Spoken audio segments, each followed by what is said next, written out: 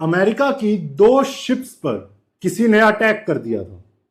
जी हां, 4 अगस्त 1964 को US navy की 2 शिप्स मैड डॉग्स और टर्नर पर अटैक हुआ और यह अटैक किया नॉर्थ वियतनाम में।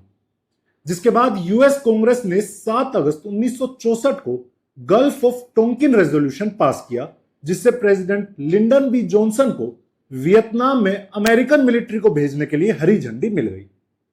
मार्च 1965 में अमेरिकन आर्मी वियतनाम में एंटर हुई।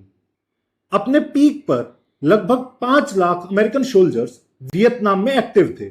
58,000 अमेरिकी सैनिक और लाखों वियतनामीज मारे गए और फिर 1971 में पेंटागन पेपर्स लीक हुए, जिनसे पता चला कि 4 अगस्त 1964 को यूएस शिप्स पर कोई अटैक हुआ ही नहीं था।